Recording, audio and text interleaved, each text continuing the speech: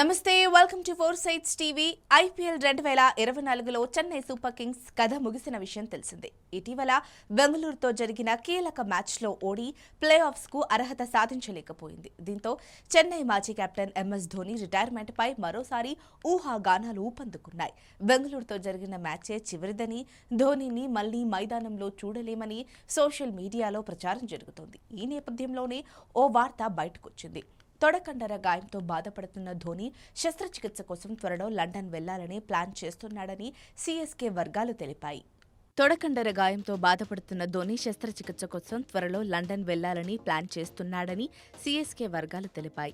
గాయం నుంచి కోలుకున్న తర్వాత ఎంఎస్ ధోని తన రిటైర్మెంట్పై ఓ నిర్ణయం తీసుకుంటాడని సీఎస్కే వర్గాలు పేర్కొన్నాయి. ఐపీఎల్ 2024 మొత్తం ఎంఎస్ ధోని తొడకండర గాయంతో ఇబ్బంది పడ్డాడు. ఈ గాయానికి శస్త్రచికిత్స కోసం మాహి లండన్ వెళ్లొచ్చు. ప్రస్తుతం అతను పూర్తి స్థాయిలో ఫిట్గా లేడు, కానీ క్రికెట్ ఆటం కొనసాగించాలనుకుంటున్నాడు. శస్త్రచికిత్స తర్వాతే ధోని తన భవిష్యత్తు గురించి నిర్ణయం తీసుకుంటాడు. చికిత్స అనంతరం కోలుకోవడానికి 5 నుంచి 6 నెలల సమయం పడుతుందని సీఎస్కే వర్గాలు తెలిపాయి. ఐపీఎల్ 2024 ప్రారంభానికి ముందు నుంచే ఎంఎస్ ధోని గాయంతో ఇబ్బంది పడుతున్నాడు.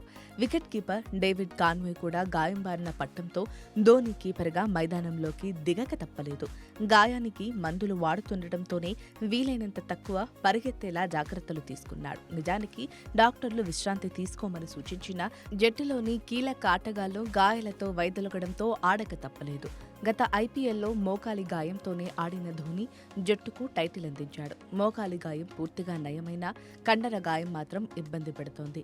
ఐపీఎల్ 2024లో మాహి అభిమానులను అలరించిన విషయం తెలిసిందే.